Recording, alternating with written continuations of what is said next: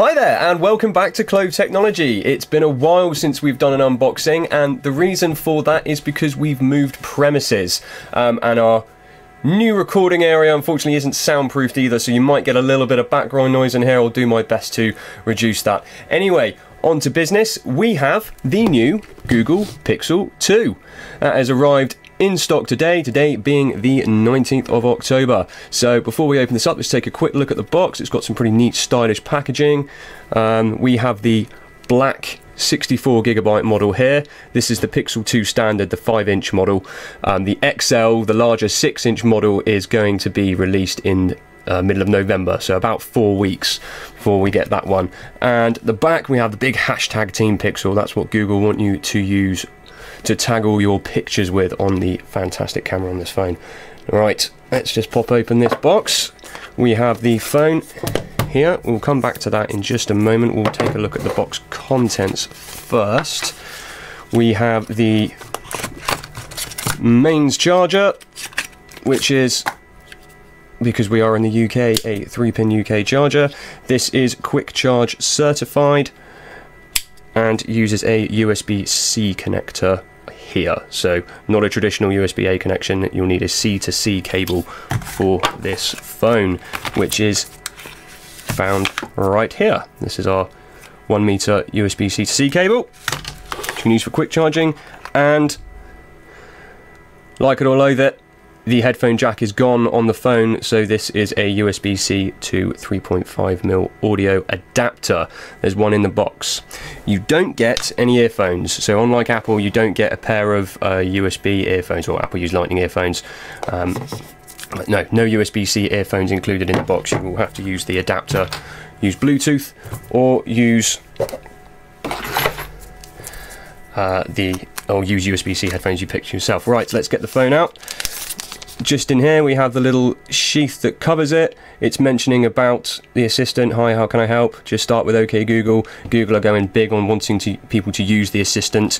It's been updated with all sorts of features. I'm sure you can read about those online. We're not going to go into depth here. So the first thing that strikes me about this phone is the weight. It is really light in the hand. It's really tactile as well. On the black model on the back, here we've got the glass shade, slightly smaller and shorter than the first Pixel from last year, and the fingerprint sensor is now into the matte finish rather than on the glass. Here is the very impressive camera that everybody's raving about with the dual LED flash, and the only branding really is the Google G and the CE marks on the base. Now, it's a really tactile finish on the black. It is an aluminium body, although it feels quite plastic in the hand, and the reason for that is Google have coated the aluminium with this kind of tactile soft touch finish, which stops the phone from sliding on smooth surfaces, and probably won't scratch as much as a true aluminium finish, but that's going to be chalk and cheese for some people who want that really kind of shiny, glossy aluminium finish. You're not going to get that.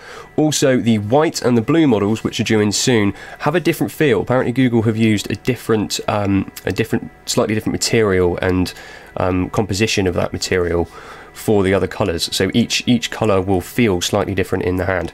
But yeah, the phone is really lightweight, really tactile, and this is, as the 5-inch goes, probably the most pocketable version of the phone. The XL is going to be much larger. On the side, we've got power, we've got volume, we've got our SIM tray here, we have a microphone slot and the USB-C port on the bottom, and of course no headphone jack, as I mentioned earlier. Right, fingerprint sensor is set up, so it's on the rear. This should let me straight in. There we go. And we can take a look at Android 8 Oreo, as Google have put on this phone. Now, this Google search bar has been moved to the bottom of the phone. That was on the top on previous versions. Now it's on the bottom, so much easier to access if you're holding the phone one-handed like this, and your standard array of apps. Chrome. To get to all apps now, there's no app drawer button. You have to slide up. If you've been using a Samsung Galaxy, maybe this year, you will have noticed that is the kind of the new de facto move to get to your apps, rather than having an app drawer button.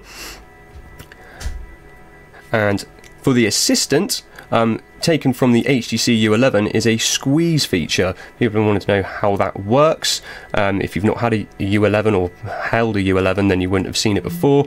You've got to squeeze kind of around the bottom of the phone here.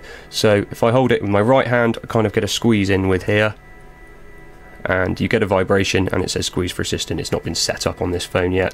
It just takes me to the setup screen. If you're left-handed, it's a little harder because your fingers are probably naturally going to hit these buttons here, so you kind of want to move the phone up so you're not pressing the buttons as you squeeze. And there we are, there is the assistant. We can go into a lot more depth with Android 8 Oreo and all the extras that Google have put onto the Pixel that you wouldn't find on a standard Android phone. We'll be doing that in further videos and in further articles on the blog. But for now, that there is the Google Pixel 2 in just black. Thanks for watching.